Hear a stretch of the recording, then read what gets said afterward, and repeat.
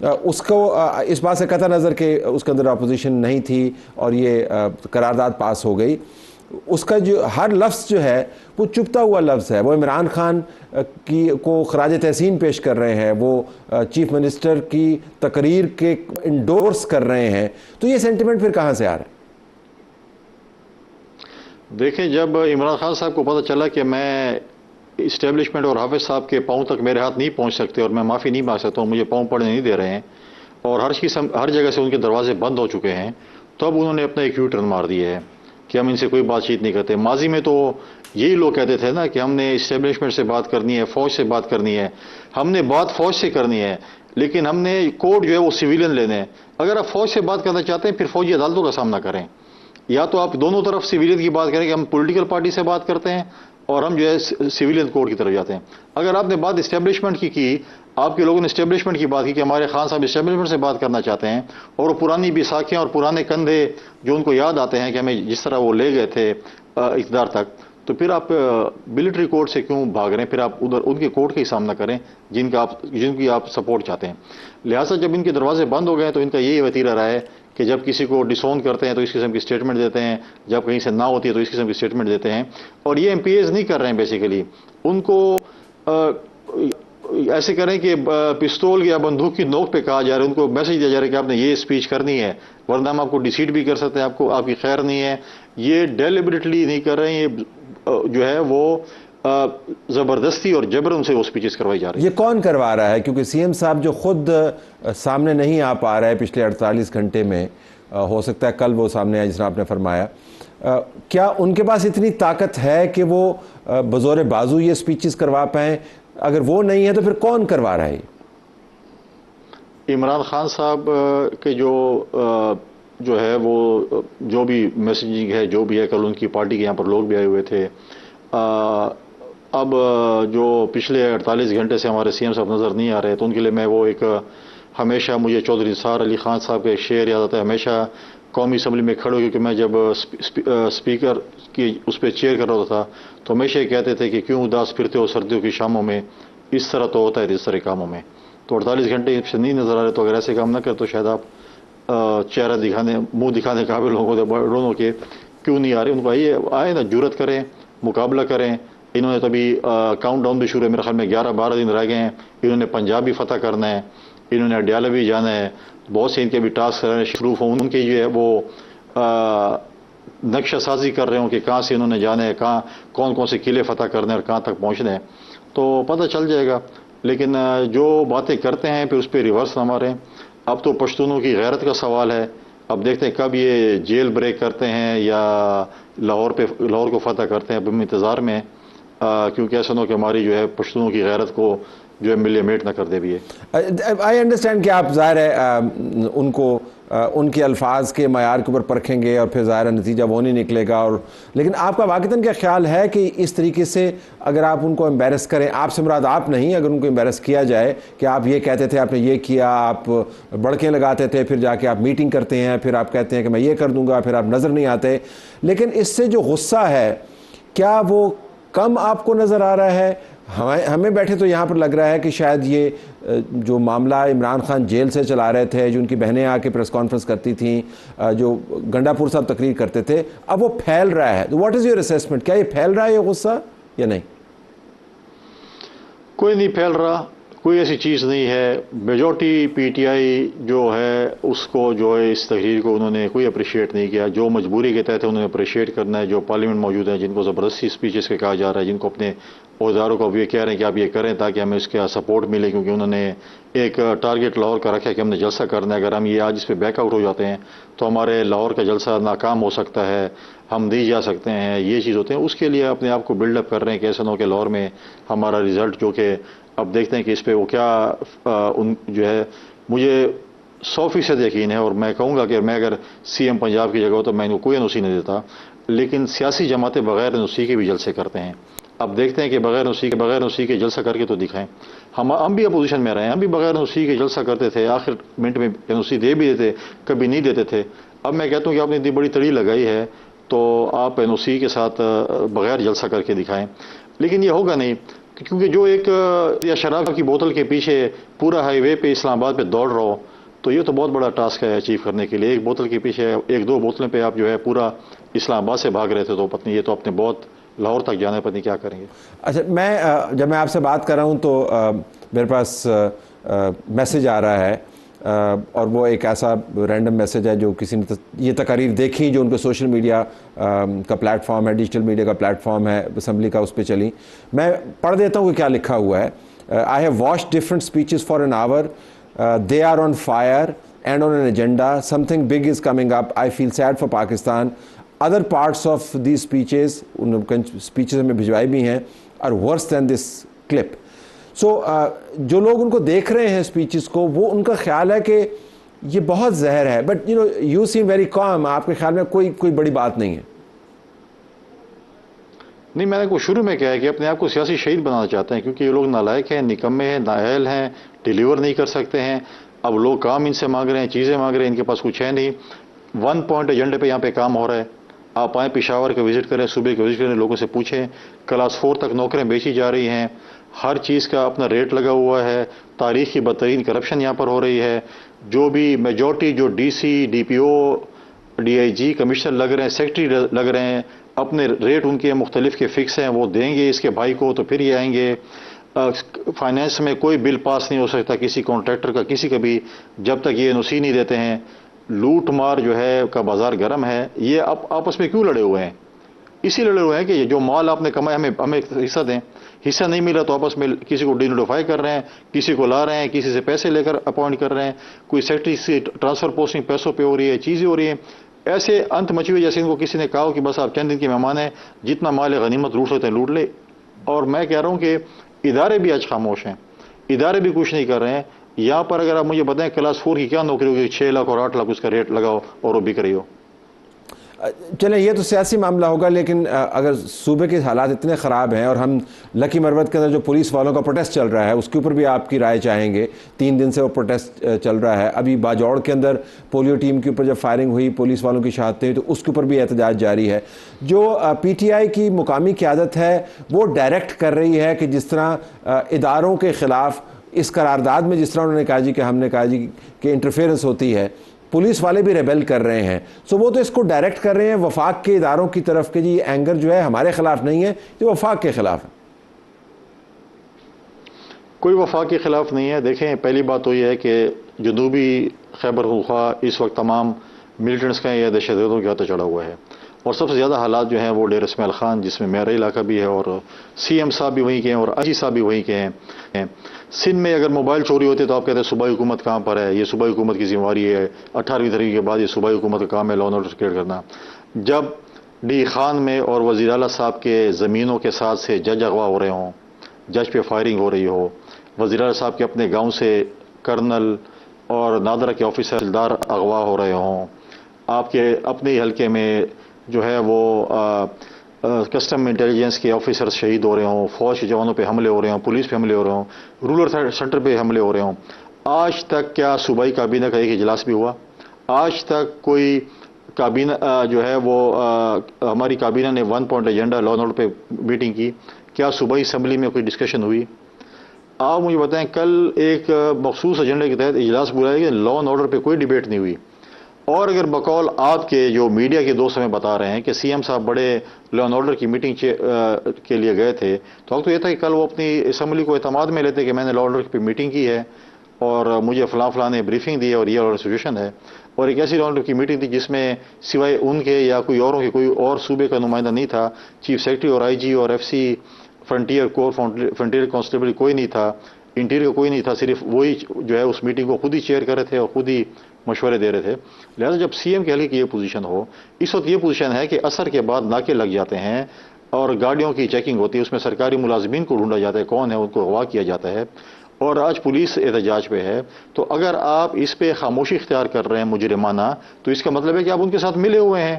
اور یہ میں نہیں کہتا, بریگیڈیئر جو ہے محمود شاہ صاحب نے بھی اس پہ اسٹیٹمنٹ دی ہے, اور آپ کا ماضی کا ٹریک ریکارڈ بھی ایسے ہے کہ آپ نے جو کرتوت کیے ہیں ڈی خان میں وہ سب کے سامنے ہیں.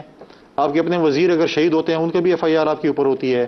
دان میں جو ٹوٹی شہید ہوتے ہیں اس کی FIR, اس کا جو ہے کھرا آپ کے گھر کی طرف جاتا ہے. وہاں پر لا اینڈ آرڈر کی سچویشن خراب ہوتی ہیں تو خود آپ کی زمینوں کی طرف جاتا ہے، آپ کے پڑوس میں زمین ہوتی ہیں.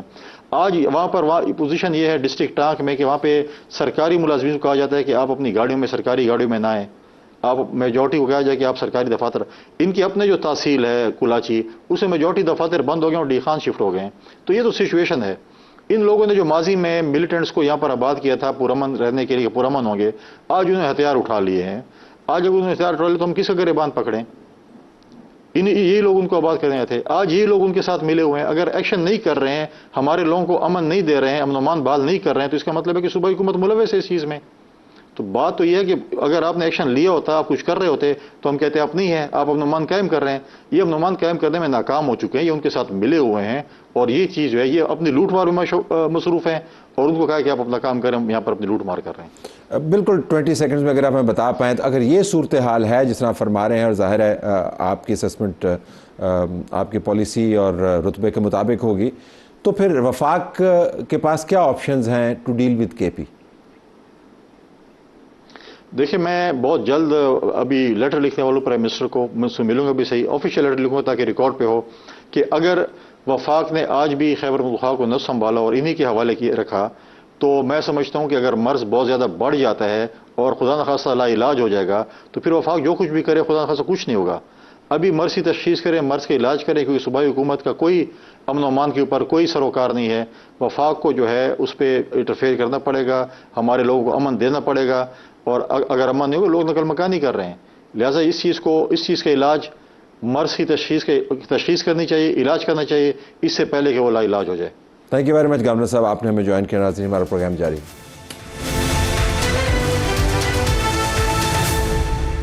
آئیے ناظرین، اب قومی اسمبلی اور پارلیمان دونوں ایوانوں کی بات کر لیتے ہیں. آج قومی اسمبلی کو چلانے کے لیے ایک کمیٹی بنائے گی جس کو میں ہنگامہ روک کمیٹی کہتا ہوں، کہ کسی نہ کسی طریقے سے تمام جماعتیں اکٹھی ہوں اور ایک کمیٹی کے اندر بیٹھ کے فیصلہ کریں کہ قومی اسمبلی کو کیسے چلانا ہے. ساتھ یہ بھی بات ہوئی کہ آپ کو ایک چارٹر آف پارلیمنٹ بنانا چاہیے.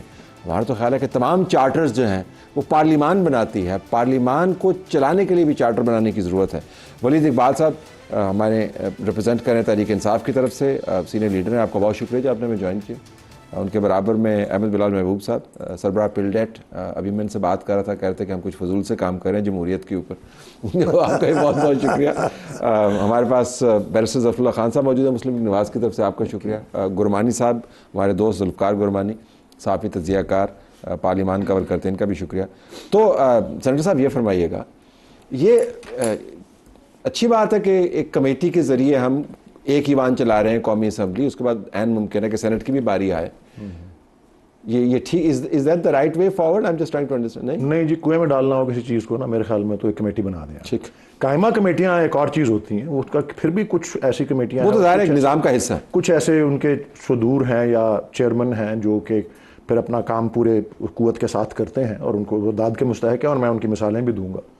لیکن یہ تو میرے خیال میں کمیٹی کیا پوری پارلیمان، آج کا شاید بیان ہے، میں دیکھ رہا تھا ٹیلی ویژن پہ، کم ٹی وی دیکھتا ہوں لیکن آج میری اٹ کاٹ مائی آئی، اور وہ شاید خاقان عباسی صاحب کا وہ تھا اسٹیٹمنٹ کہ یہ تو پورے کی پوری اسمبلی ایک ایسا چوکی مار ہے.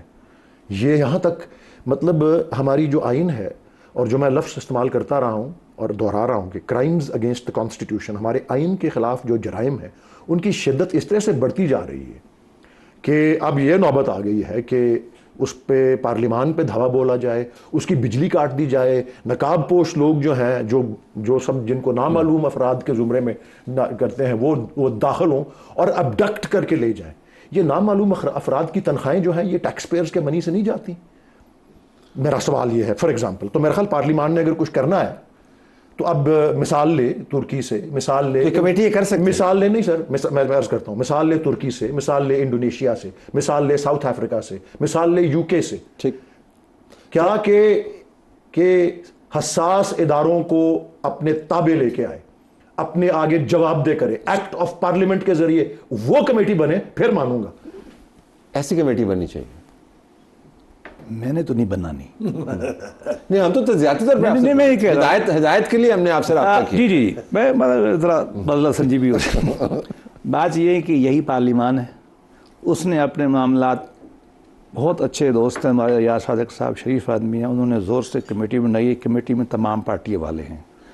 پارلیمان میری ساورن ہے، خدا کی ساورنٹی مجھے ملی ہے، میں نے پارلیمان کو منتخب کر دی ہے، میرا آئین مجھے یہ کہتا ہے۔ پارلیمان بیٹھتی ہے کمیٹی یا اٹھ کھڑی ہوتی ہے، یہ ان کا مسئلہ ہے، وہ کیا فیصلہ کرتے ہیں مجھے اس کے سامنے ساتھ جھکانا ہے۔ البتہ میں اس اتفاق کرتا ہوں کہ پارلیمان پاکستان میں کوئی مظلوم و یتیم سی رہی ہے، اس کی وجہ ہے رائٹ ٹو رول پاکستان میں کسی نے نہیں مانا، نہ وکیل عوام کا رائٹ مانتے ہیں، نہ مولوی صاحب مانتا ہے، نہ اشرافیہ مانتی ہے، نہ سول، کوئی بھی نہیں مانتا۔ لیکن یہ رائٹ ٹو رن کے لیے یہ بیسیکلی رائٹ ٹو رول نہیں، رائٹ ٹو رن ہے، مطلب ہم نے چلانا کیسے ہے؟ اصل مسئلہ تو وہی ہے نا جی، اگر پیپلز، ایک چھوٹی مثال، مجھے پتہ ہے شاید یہ برا ہوا، اور کم از کم یہ بات تو ہے کہ کمیٹی بنائی، سسپینڈ کیے ایاز صادق صاحب، ابھی میں دیکھ رہا تھا، میرے ایک دوست کے اوپر حملہ کر کے پارلیمان میں عالم دین کی پگڑی زمین پہ گرائی گئی۔ اس وقت حکومت پچھلی تھی، ہمارے کلچر میں پگڑی گرنا بہت بری بات ہے، اور وہ بھی عالم دین کی۔ اور کس کو نہیں پتا کہ ایس ایچ او پارلیمان چلاتا نہیں تھا، ایک کرنل پارلیمان چلاتے تھے، اور پرائم منسٹر میں ہمت تھی، ماشاءاللہ بہت اچھی بات ہے کہ وہ اللہ اعلان کہتے تھے کہ جب میرا بل پاس نہیں ہوتا تو میں ان کو بلا لیتا ہوں۔ یور ٹیک آن دس، آپ جمہوریت پہ کام کر رہے ہیں، آپ نے کبھی یہ سوچا تھا کہ ایوان کو چلانے کے لیے ایک کمیٹی ترتیب دینی پڑے گی؟ آئی تھاٹ یہ نارملی تو پارٹیز آپس میں بیٹھ کے طے کر لیتی ہیں، اسپیکر کا چیمبر موجود ہوتا ہے، وہاں پہ بات کر لیتے ہیں، یہ کیا کوئی انوویٹو میتھڈ ہے؟ بہت شکریہ طلعت صاحب۔ دیکھیے میں تو خود بڑا حیران ہوں، میں نے اس کے ٹرمز آف ریفرنس تو نہیں پڑھے کہ کمیٹی کیا کرے گی، لیکن مجھے تو بظاہر غیر ضروری چیز لگتی ہے، کیونکہ ہمارے پاس یہ ساری چیزیں کرنے کے لیے ایک باقاعدہ رولز آف پروسیجر کی کتاب موجود ہے، ایک ایک چیز اس پہ لکھی ہوئی ہے۔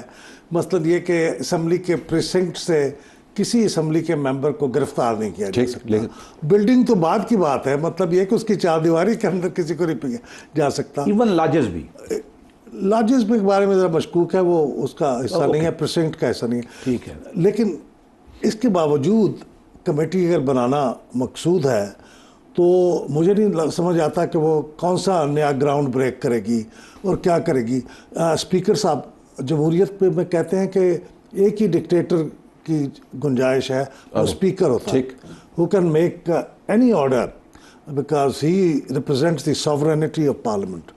تو اگر اقدامات کرنے ہیں تو اسپیکر صاحب کے پاس اختیارات بھی موجود ہیں، اتنا بڑا عملہ بھی موجود ہے، انکوائری بھی انہوں نے ایک آرڈر کر دی ہوئی ہے، تو میں نہیں سمجھتا کہ کمیٹی کیا کرے گی۔ اور یہ چارٹر آف پارلیمنٹ، یہ اصل میں وہ چیزیں ہیں جس سے یہ لگتا ہے، یہ احساس ہوتا ہے، دل کو اطمینان ہوتا ہے کہ کچھ ہو رہا ہے۔ جو چیزیں موجود ہیں لکھی ہوئی، آپ نے میرا جملہ اچک لیا، پتہ نہیں کیا آپ سوچ، میں بھی یہ سوچ رہا تھا کہ جب یہ ڈنگ ٹپاؤ قسم کے کام ہوتے ہیں کہ یہ وقت گزر جائے، اس سے لوگوں کو احساس ہوتا ہے کچھ ہو رہا ہے۔ بڑی اب ہم بریک کے بعد واپس آئیں گے، گربانی صاحب سے پوچھیں گے کہ کیا واقعتاً وہاں پہ سینٹیمنٹ یہ تھا کہ کسی طریقے سے یہ فیز گزر جائے جس کے اوپر آپ نے اعتراض اٹھائے، جس کا آپ نے ماضی کا حوالہ دیا، اور جس کے اوپر آئینی طور پر جس کی ریڈنڈنسی کو آپ نے ہائی لائٹ کیا، واقعتاً اس کی یہی وجہ ہے یا کچھ سنجیدہ معاملہ ہے؟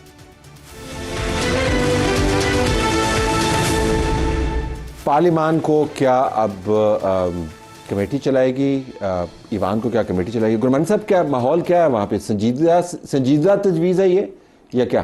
سر کمیٹی سے ہٹ کے اگر آج قومی اسمبلی کا اجلاس دیکھیں، سینیٹ کا دیکھیں، ویسے جب گرفتاریاں ہو رہی تھیں تو میرے ذہن میں بھی یہ سوال تھا کہ سارے قومی اسمبلی کے ممبران کیوں گرفتار ہو رہے ہیں، سینیٹر کیوں نہیں گرفتار ہو رہے، کیونکہ وہاں پہ سینیٹ کا اجلاس بھی تھا اور قومی اسمبلی کا اجلاس بھی تھا، اور ایک ہی وقت میں ممبران وہاں پہ موجود بھی تھے، لیکن جن کو گرفتار، یہاں تک کہ کوئی اگر عامر ڈوگر صاحب باہر آ کے پوچھ بھی رہے تھے نا گرفتار کن کو کرنا ہے، تو ان کو بھی نہیں بتایا جا رہا تھا، جو آ رہا تھا ان کو بھائی کن کو گرفتار کرنا ہے کن کو نہیں، وہ ان کے ذہن میں تھا۔